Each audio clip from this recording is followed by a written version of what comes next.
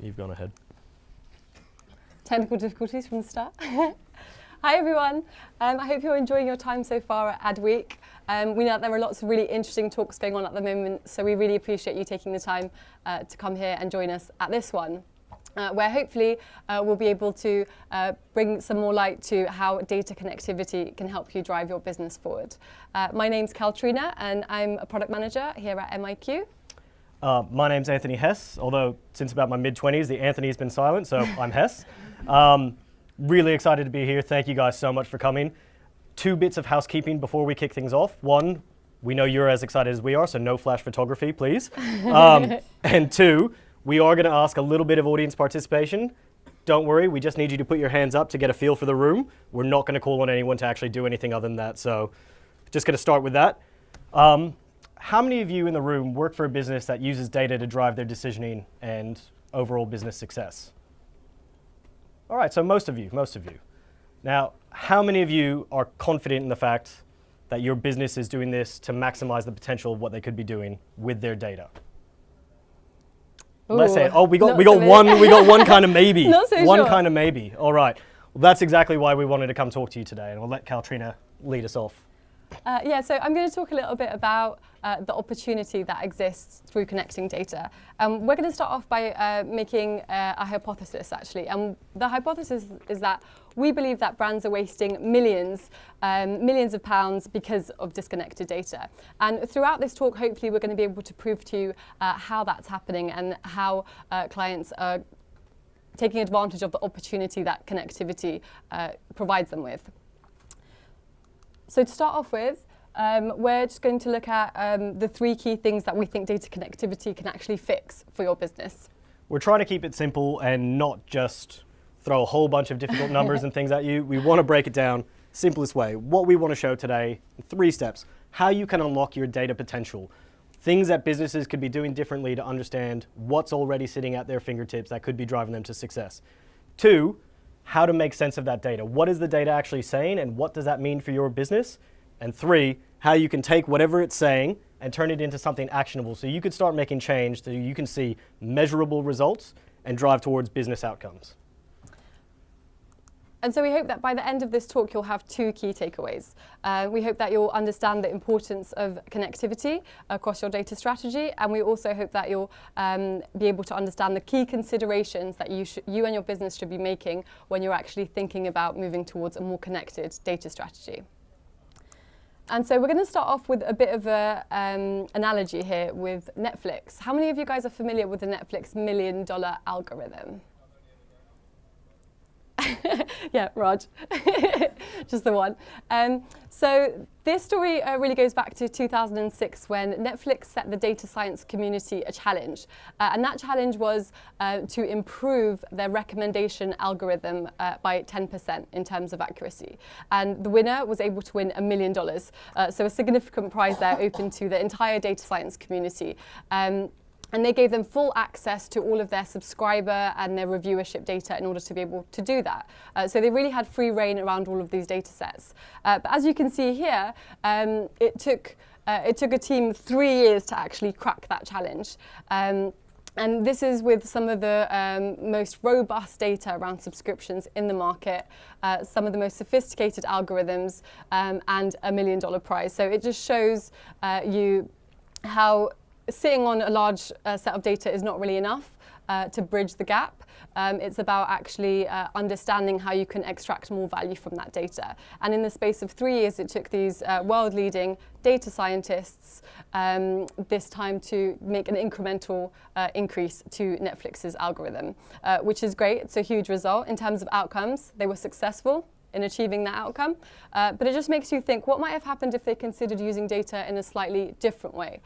So that instead of just focusing on their pre-existing data sets, what if they had considered potentially partnering with the local cinema chain so they could understand viewership patterns outside of their subscription pool?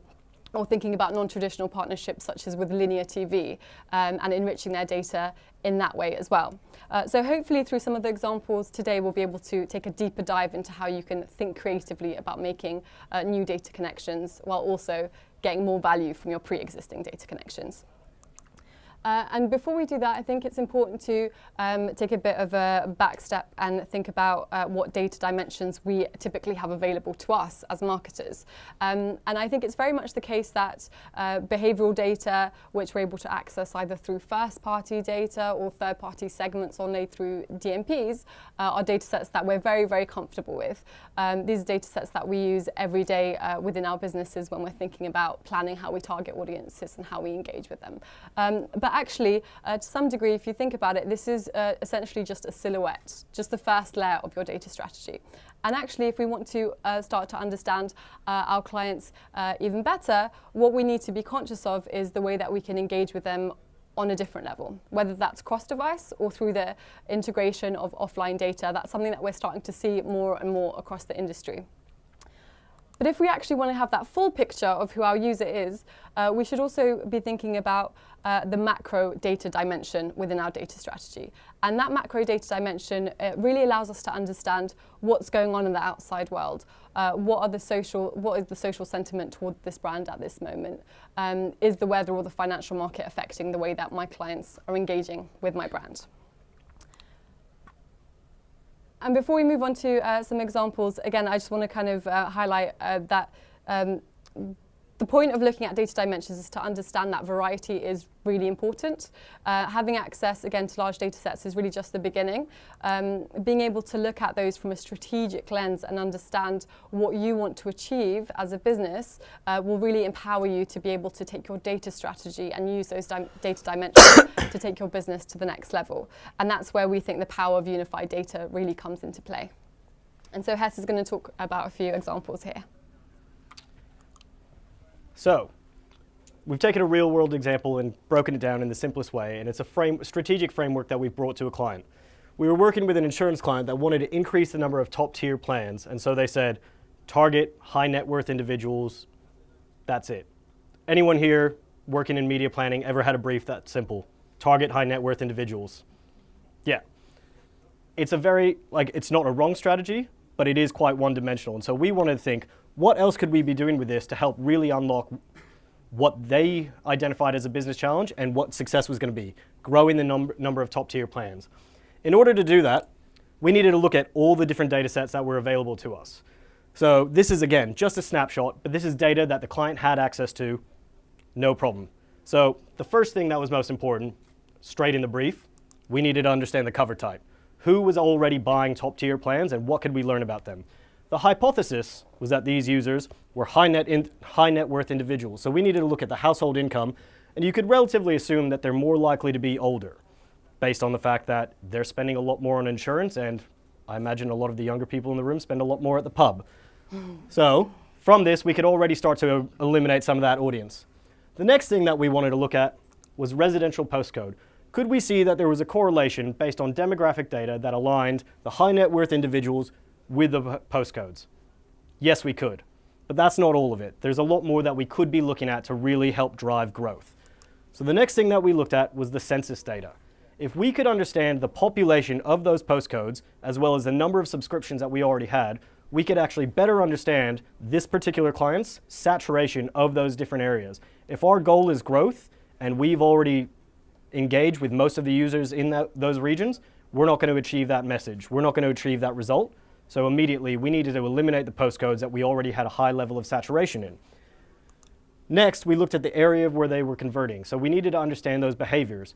What came out of this particular case study was that 85% of people were signing up from a different postcode to where they put as their residential address. People were signing up at work, not always during lunch. We now knew where they lived, where they worked, and when they were signing up. And we knew a little bit about them as well. So how do we turn this into something applicable that's a more multi-dimensional strategy? Here's a map of London. We all live here.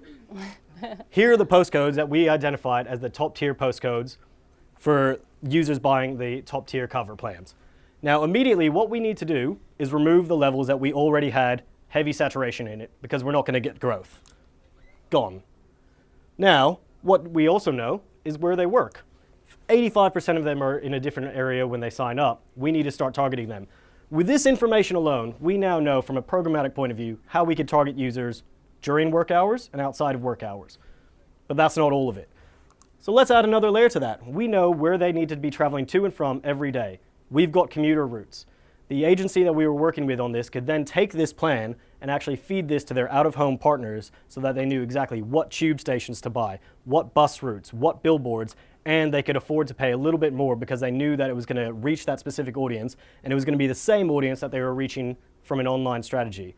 So your online and offline data have just been connected to create a full media strategy rather than individual channel planning. What this allowed us to do was focus on connecting the right data and those three dimensions: CRM, digital performance, and census data. These are three pieces of data that every client should have access to some degree or another. And by connecting them in the right way, we can make much smarter decisions about how we actually activated that campaign and work towards achieving growth against top tier cover plans rather than just targeting people who had already signed up. So what this, well, the first person to present this slide has identified as 4K ultra high definition view of our audience. I mean, I understand the approach because now we're getting into the details. We're getting into the specifics. Media channels can be data sources. They're not just a means of activation. So what can you learn from everything that you're doing that you could plug back in, not just to that same channel, but to every other channel as well? Got to consider the objectives, not just the overlap. If we had kept the saturated markets in there, we would have been targeting users that were already engaged but weren't going to drive us towards our business objective, even though they overlap strongly as our target audience. And lastly, audit your data. It's very easy for us to fall into a trap thinking because it's our data, we know everything about it. We know everything that it's already saying. But if we take a step back and look at it again with a fresh lens, we could actually learn there's so much more waiting for us there. The answers to your business challenges are hidden within your data. We've just not been looking for it in the right ways. And this is really where storytelling comes into play. And I know that storytelling is a bit of a buzzword in our industry, but actually it's really essential to the way that we make sure that data speaks to the overarching strategy of the businesses that we're working with. And we believe that within data, not only can data tell you a story about your own customers that you might not be aware of, but enabling data more effectively through connection also allows you to engage and tell better stories to customers, making your marketing more personalized. So we worked with an interior design brand who wanted to do just that.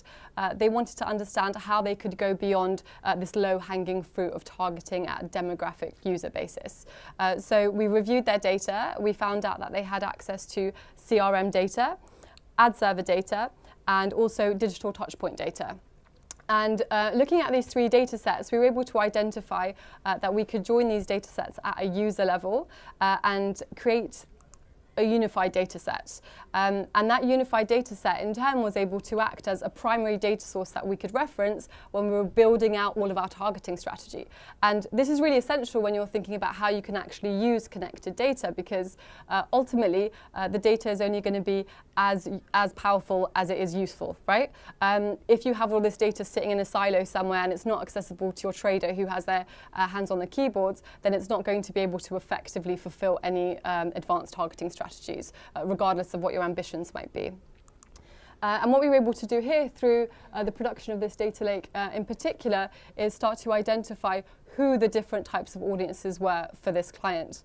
And that took us beyond just this kind of, as I say, low-hanging fruit of demographic. Although we were able to identify that, yeah, the majority of users did over-index within the female segment, actually, when we broke down the types of segments, there were 4 key segments which were directly associated with the way that users were engaging with that brand.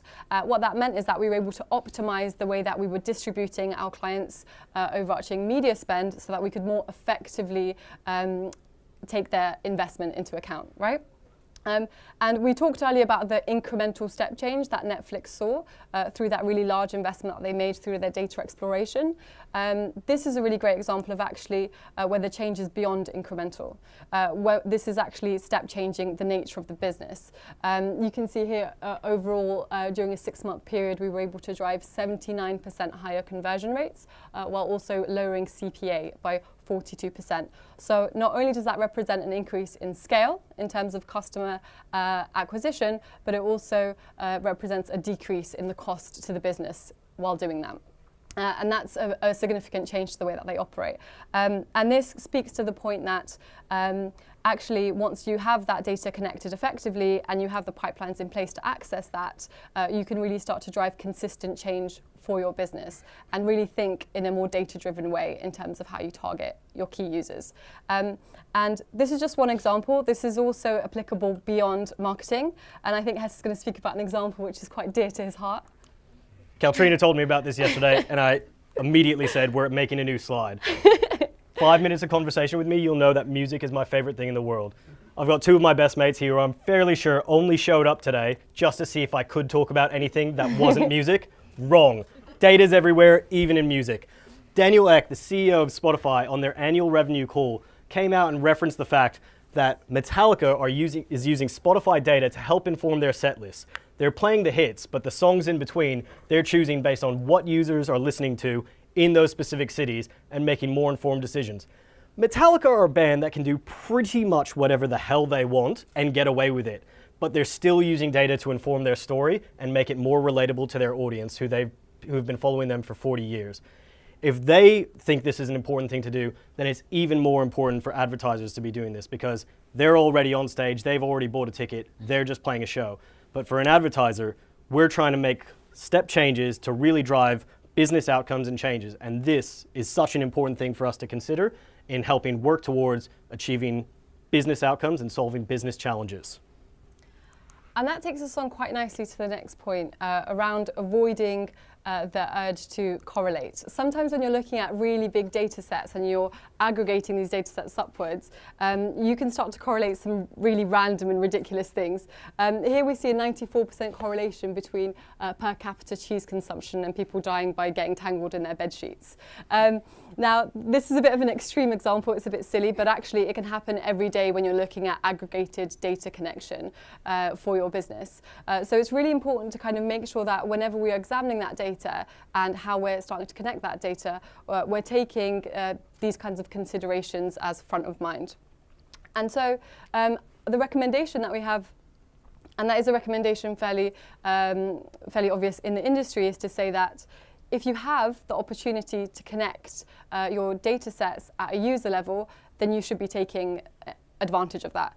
Because only when you connect at a user level are you able to really start to, with a higher degree of accuracy, say that you can target on a specific user, on declared data or deterministic data, essentially. And how you might do that is by reviewing the data assets that you have access to and looking for things like user IDs, customer IDs, auction IDs. And these are variables that are very common in ad server data, in DSP data, and also web analytics data. So once again, we're trying to give you guys practical recommendations around this. This is all possible. These are all things that you can go away and think about in terms of your own and your clients' data sets. And ultimately, what this really empowers in the long term is those really juicy predictive analytics projects. We talk about trying to become more data-driven as an industry. Data connection gives us the opportunity to do that, but also go beyond that as well. So now we're going to look at an example where we went beyond the media KPI, and through data connectivity, we're actually able to influence our clients' direct business challenges and their outcomes using these marketing data assets. There we go.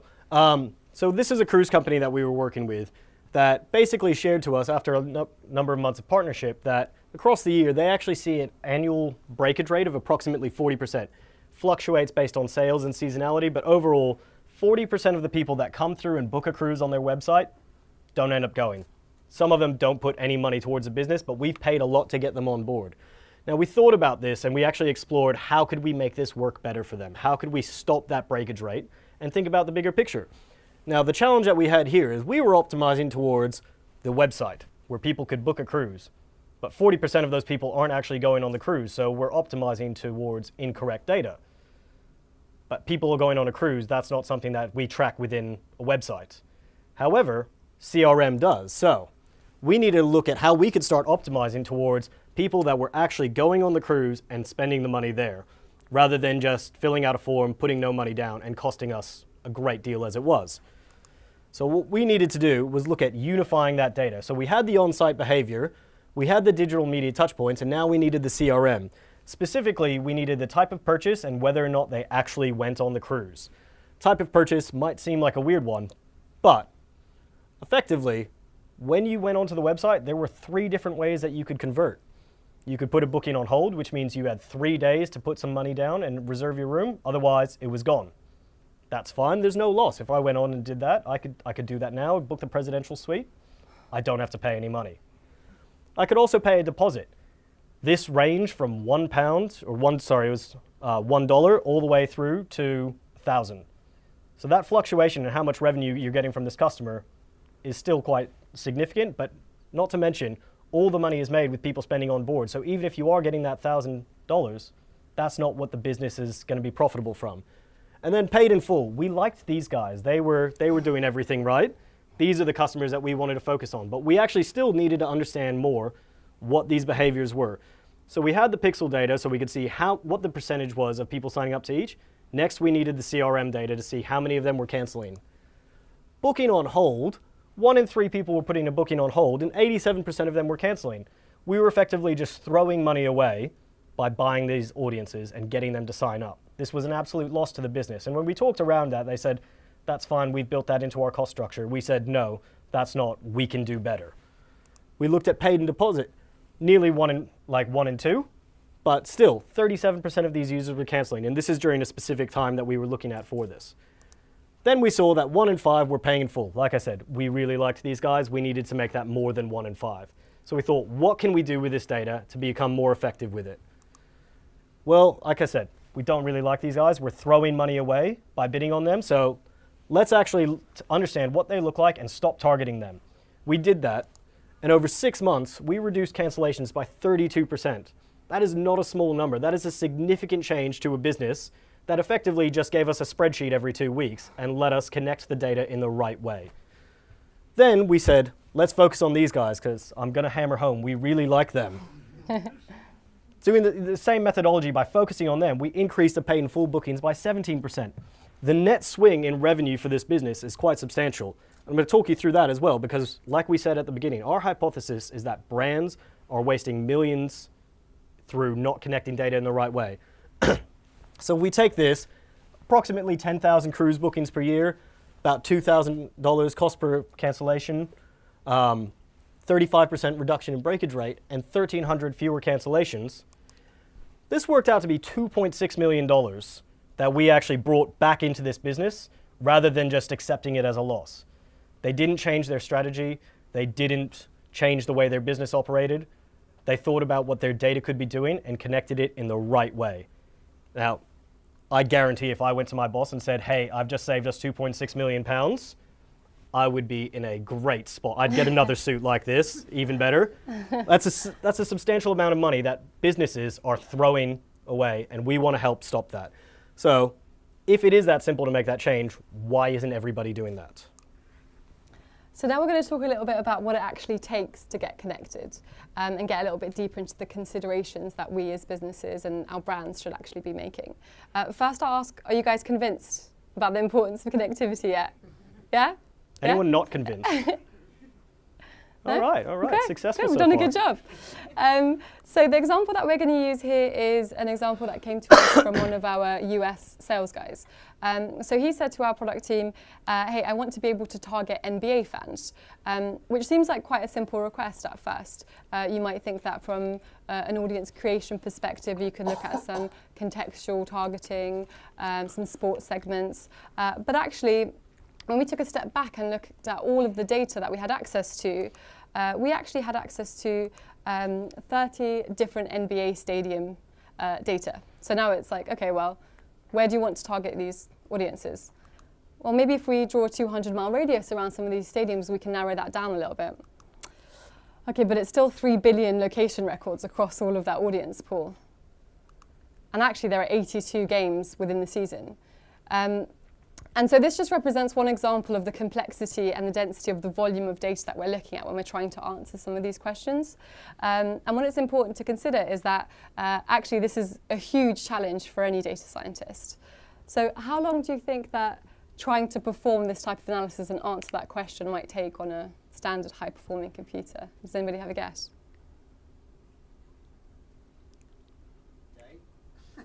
How long? A day? Our sales guy would be quite happy with that. This is 22 days it would take if you're just doing this on a standard high-performing computer. And this is really where big data and distributed computing come into play. So whenever we're talking about these really large data sets, they're really exciting because there's lots that you can do with them, especially once they're connected. But actually, there are three core elements to any big data set that we need to be very cognizant of when we're building out our data dimensions and also our data strategy and how we're going to use them. And those are based around what data scientists like to call the 3 V's. Which is great. Data scientists are good at so many things, but not rhyming, I guess. I don't know. So volume, of course, speaks to just the sheer density of data files that clients have on hand. At times, we're talking about billions of records, terabytes worth of data, really large chunks of data, which require a significant processing power behind them in order to get any useful information out of them. The next is velocity. So depending on the type of data set you're working with, let's say you have a social feed activated through Twitter, you might actually be getting data directly into your servers in a near real-time basis. Now, trying to manage that process and trying to manage the velocity with which that data arrives to you is in itself a huge challenge. Again, a challenge which we're able to address through cloud computing, which I'll go into in a little bit more detail.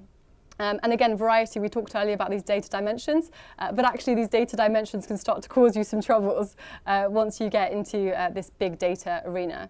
And if you think about it, why is this relevant to our industry? Well, actually the majority of the data-driven challenges that we're trying to solve within our industry, such as incrementality, measurement, forecasting, fraud prevention, all of them to some degree involve the need for us to engage with really large data sets at a consistent and a scalable basis in order to get the answers that we need to actually drive our businesses and our brands forward.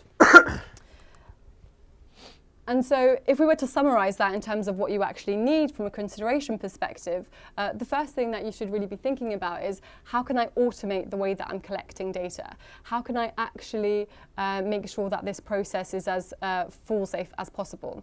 Creating alerts, for example, within your software which let you know if your data comes in at the wrong time, if your data comes in the wrong format, is really essential. And then next is query optimization and automation. So you want to ask questions from your data and you want to be able to get answers on a real-time basis or near real-time basis so that your traders and your planners can actually use that data in a meaningful way, right?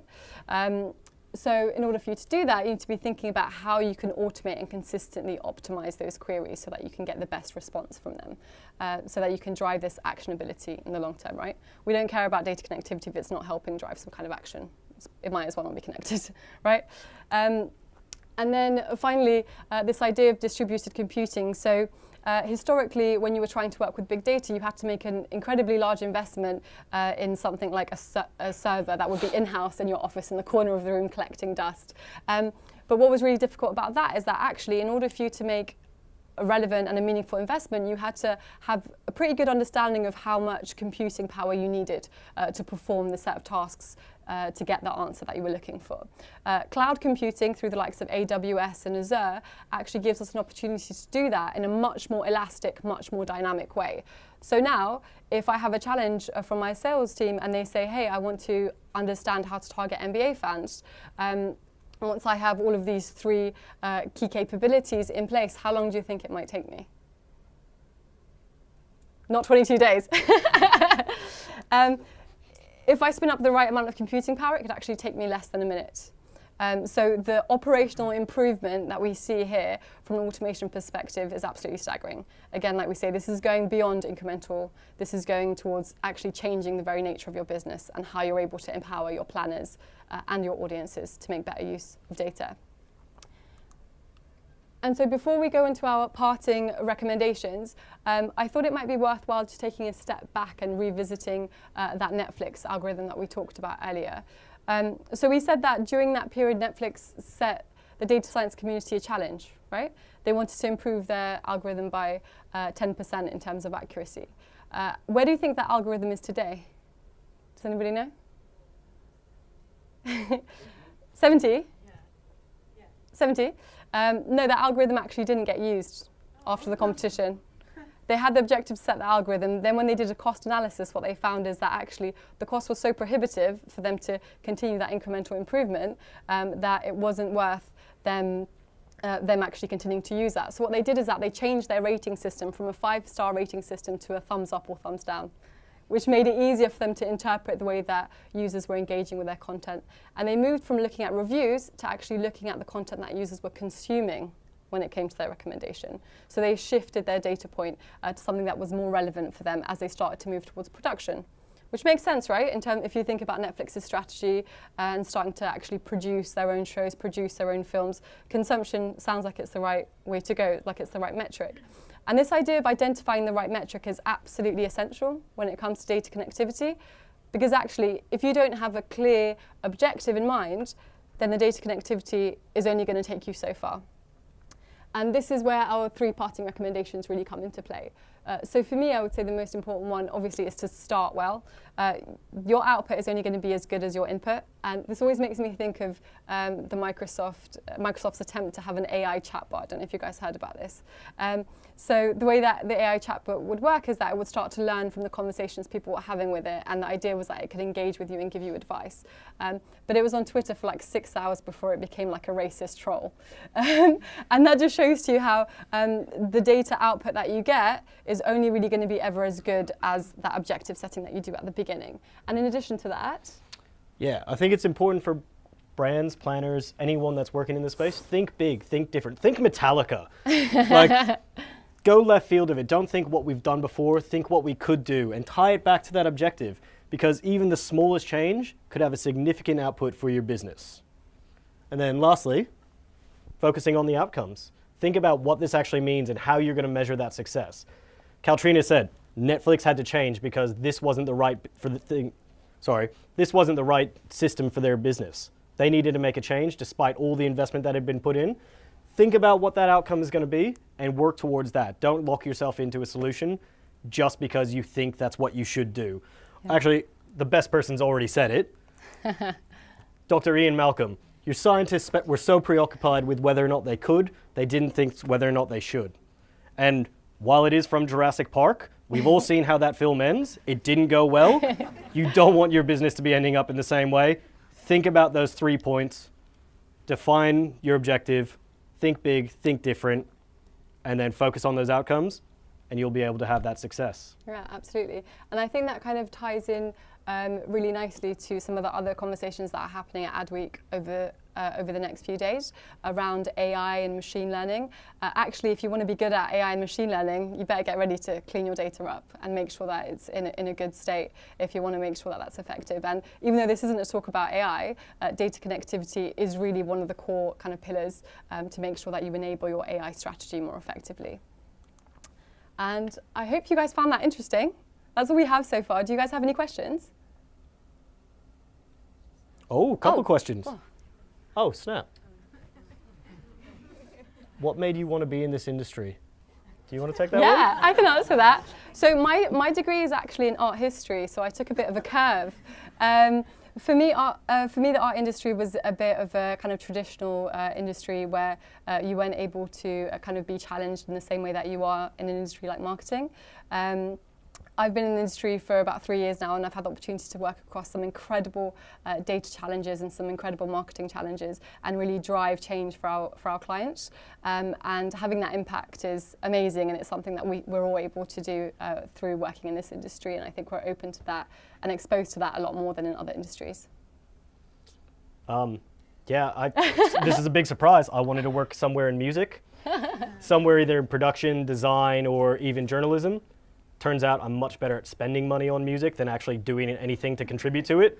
But I was much better at understanding the stories and the reasons behind it. And I guess through just pure chance and serendipity, just ended up in this because that same framework and thinking that the passion that drove me to love music and the things that happened behind the scenes helped kind of lead me into the things that happen behind the scenes within ad tech. And the next question is, what was your biggest challenge and how did you overcome it? I'm assuming that's in relation to the career. I don't know if those are tied or separate. It'd be good to have some connectivity. Okay, so bigger challenge in terms of actually breaking through into the industry, I guess. I'll answer that one.